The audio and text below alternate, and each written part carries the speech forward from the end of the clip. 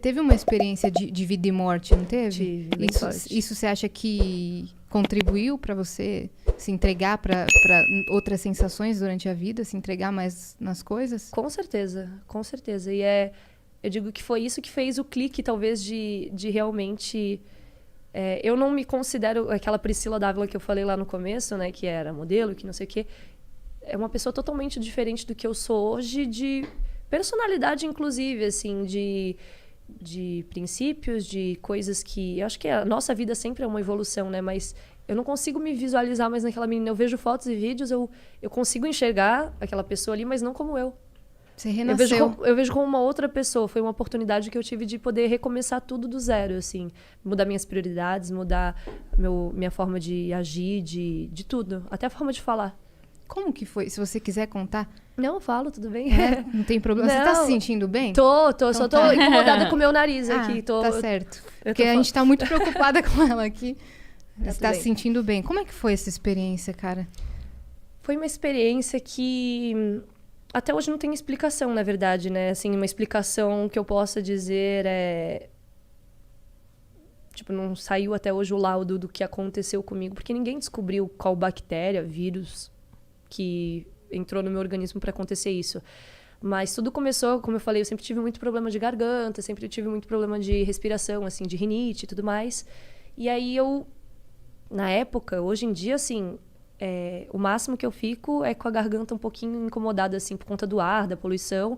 Mas eu ficava com amidalite de não conseguir engolir saliva, assim. Eu ficava muito mal. E depois que eu tive essa experiência de quase morte, eu nunca mais tive. Eu nunca mais tive amidalite. Minhas amígdalas, inclusive, atrofiaram. Quê? Eu não tenho mais amígdala, praticamente. Elas existem ali, 2 uva passa. E é muito estranho, muita coisa. É um pouco bizarro. É, bem bizarro. E eu tinha muita inflamação de garganta, eu vivia tomando remédio e me automedicava já, porque eu já sabia sempre quando eu ia no médico era o mesmo laudo e era a mesma medicação. Amidalite.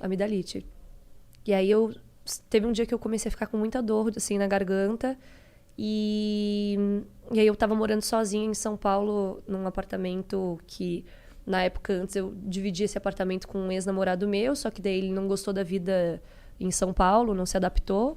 E aí ele voltou pra Florianópolis e eu fiquei sozinha em São Paulo. E aí eu tava trabalhando, né? Porque eu sempre fui workaholic, assim. Eu tava trabalhando, tipo, saía de casa às 6 da manhã pra ir fazer foto no Brás, nas marcas lá de varejo e atacado. Jeans, tudo mais. Jeans, aí ia lá, fazia foto. Daí eu tinha que sair 6 da manhã porque eu morava longe. Eu morava do outro lado da cidade, perto da ABC. Aí eu saía pra pegar o ônibus, saía às 6 pra chegar lá às 7h30, 8 horas. E aí passava a manhã inteira fotografando, aí depois do almoço eu ia nas agências levar meu currículo, minhas coisas, tipo de modelo, foto, tentava ir atrás de job. Aí que não parava um minuto, não parava, né? Aí me encontrava com o pessoal da música pra poder fazer algum som, fazer um negócio assim. À noite eu trabalhava depois, até olha só que demais isso, eu adoro.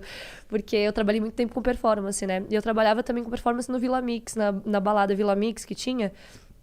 E aí teve uma época que não era mais performance, era pra levantar plaquinha quando o pessoal comprava a coisa mais tosca que existe, mas enfim. Tosca que existe, assim, que eu digo, é porque não é um ambiente que eu gosto, assim, Sim, sabe? Você se sentiu fora d'água ali.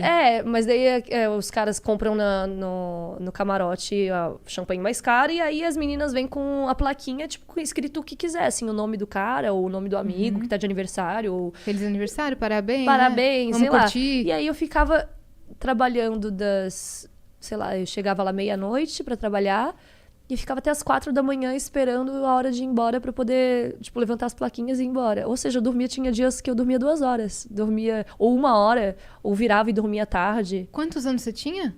21. Você não podia estar fazendo isso. Não, 21 não, minto. Peraí. 22. 22 anos. Ainda tá... 23. Ainda precisa dormir pra caramba, né? Não, eu era totalmente assim... Por isso que eu falo, meus hábitos, minhas prioridades mudaram totalmente. Mas é só nessa fase que aguenta. Porque depois não aguenta. Isso é verdade. Mas eu não aguentei, né? Por isso que eu fiquei doente. Não, então, jeito, mas eu digo assim, essas coisas de virar e tal. Eu lembro... Quando eu dava aula, eu virava muito porque eu ia pra balada de segunda a segunda e eu era professora, então eu virava e eu não bebo, então não chegava bêbada da aula. Eu só passava em casa, tomava um banho, um café e ia dar aula. E eu era muito jovem, eu lembro que as outras professoras falavam, mas como você aguenta? Eu falava, mas é normal. Aí eu virei, vim da aula, chego à tarde em casa e durmo. Hoje, eu falo, meu Deus, se as baladas dependessem de mim, iam falir todas, todas, todas. Porque eu não me vejo saindo da minha casa, assim, pra trabalhar, encontrar um amigo, tomar um café, beleza, Festa ótimo. de aniversário de amigo, beleza. É, ok, mas sair de casa, como eu já saí, de segunda a segunda, me arrumar pra ir pra Nossa Pra noitada? Senhora! Não, então, quando eu não tinha foto Mas no nem dia amarrada. seguinte, que eu tinha que acordar às 6, quando eu não tinha foto, eu esperava, eu ficava das 4 até às 6, esperando lá na balada, no camarim, pra poder abrir o trem, pra eu poder pegar trem pra voltar de metrô pra casa. Então, começar Porque eu falava, 5h40 da manhã. eu não vou gastar com Uber se eu não vou trabalhar amanhã de manhã, eu vou esperar, eu vou de metrô, vou de trem, não tem problema, vamos lá. Eu também fazia E aí- isso quando eu voltava dos rolês, esperando... Eu dancei muito tempo também, eu dancei várias vezes no... Como é que é o nome daquela balada? GLBT, que é bem conhecida também, é Qual? perto da Lapa. Gambiarra? Não, outra. Trash 80? Não, que ela é bem, tipo... The revisona- Week. The Week. Dancei muito na The Week Já também. fui...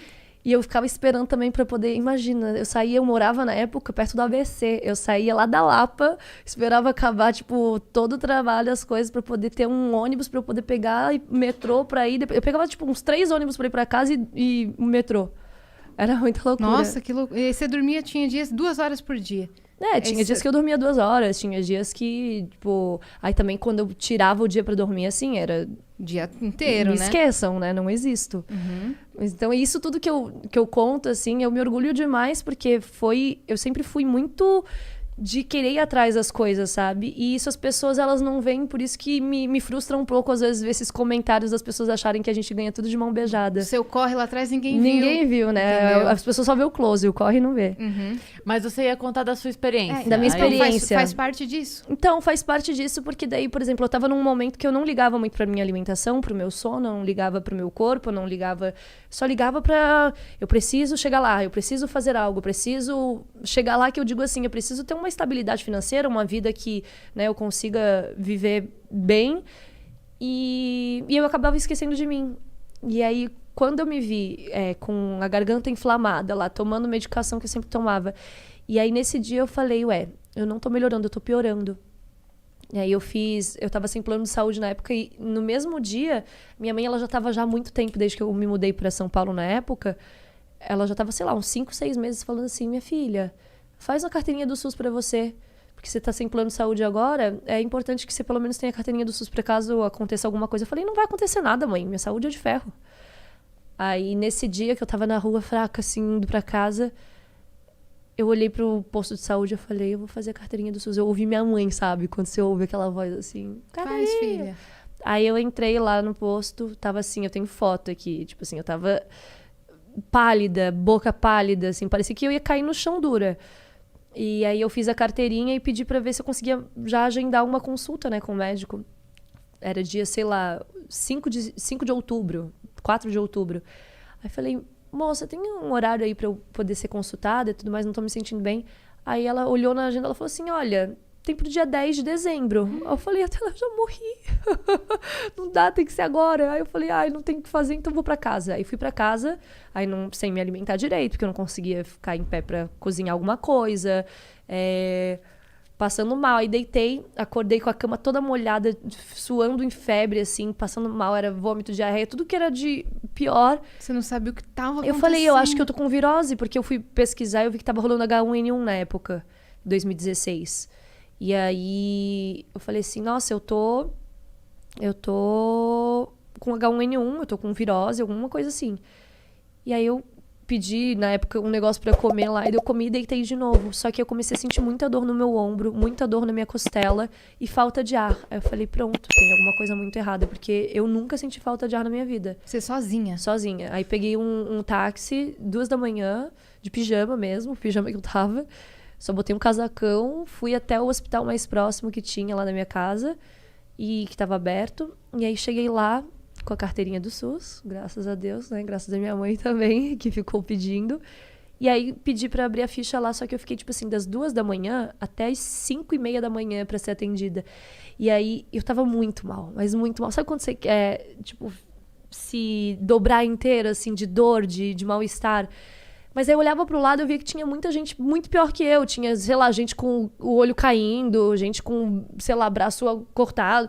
Eu falava, gente, eu tô muito bem. Então eu segurava a minha onda nisso, sabe? Eu olhava pro lado e eu falei, não, eu consigo segurar. Na hora que eu fui atendida, pediram pra fazer raio-x, a chapa do pulmão, as coisas. E aí eu ficava me rastejando pra ir até o negócio lá. Eles falavam assim, ó, você tem que ir até o fim do corredor e aí lá depois você pega a esquerda na primeira sala. Esse corredor parecia que não tinha fim. Ele tinha uns bancos, assim, a cada 3 metros. E aí eu ia andando e eu parava e deitava no banco, porque eu não tinha forças. Aí eu levantava, aí andava mais uns passinhos, aí minha pressão começava a cair, eu deitava no outro banco. E assim eu demorei, sei lá, uma meia hora pra conseguir chegar na sala pra fazer o exame. Aí depois de lá, eles viram que eu tava muito mal, pegaram uma cadeira de roda, me levaram até a medicação pra eu tomar soro, né? Que podia estar desidratada, por isso que eu tava mal. Só que eles começaram a furar procurando minha artéria e não acharam. E aí eu falei, eu vou desmaiar. Eu sempre conheci muito bem meu corpo, né? Aí eu falei pra eles, eu vou desmaiar. Só que eu já tava sentada. Aí eles, não, tá tudo bem. Eu falei, não, eu vou desmaiar. Aí a visão vai ficando turva, né? E daí sabe aquele apagão? Sim. Só que aconteceu uma coisa muito diferente dessa vez. Eu já tinha desmaiado algumas vezes na minha vida. Desmaiei, veio o apagão, de repente veio um clarão. E aí um monte de vozes, um monte de coisa na minha cabeça, um filme passando, muita coisa passando, imagens passando. Eu falei, morri. Pronto, morri. É mesmo que você vê tudo isso? Eu vi. A minha experiência foi essa. Eu vi muita coisa acontecendo, tipo, eu não conseguia acompanhar o raciocínio, era muita coisa, muita informação, muitas vozes, muito agito, assim, e uma luz muito forte, muito branca. E aí depois, quando parecia que tinha sido muito rápido isso, né? Porque foi acontecendo muita coisa assim. Aí, de repente, a minha vista começou a ficar mais escura, assim, foi apagando aquele clarão. As vozes foram diminuindo, se afastando. E aí, de repente, eu comecei a ouvir outros barulhos, outras vozes, mas era um plano mais próximo, assim, era uma coisa diferente. O que eu tava escutando antes era uma coisa muito longe, assim, mas muito, muito barulhenta. Aí foi reduzindo tudo, a imagem também foi ficando escura. E aí, quando eu abri o olho assim, eu tava na sala já de emergência, já tinham se passado alguns minutos, eu tinha sido reanimada com noradrenalina. Colocaram na minha jugular um catéter desse tamanho, assim, eu tenho foto, depois eu mostro pra vocês. Morrido? Eu não sei, eu fui reanimada com noradrenalina, eu acho que eu morri. E pelo menos a sensação que eu tive é que em algum momento eu não tava ali. E aí, a cara de todos os enfermeiros, assim, apavorados, me olhando, falando, você deu um susto na gente. E aí eu fiquei já na UTI direto. E agora vocês estão dando um em mim. Caralho. E aí eu fiquei na UTI direto, fiquei 7 dias, na verdade era pra ficar mais, só que eu pedia, pelo amor de Deus, meus avós vão fazer bodas de ouro, eu tenho que ir passar esse dia com eles.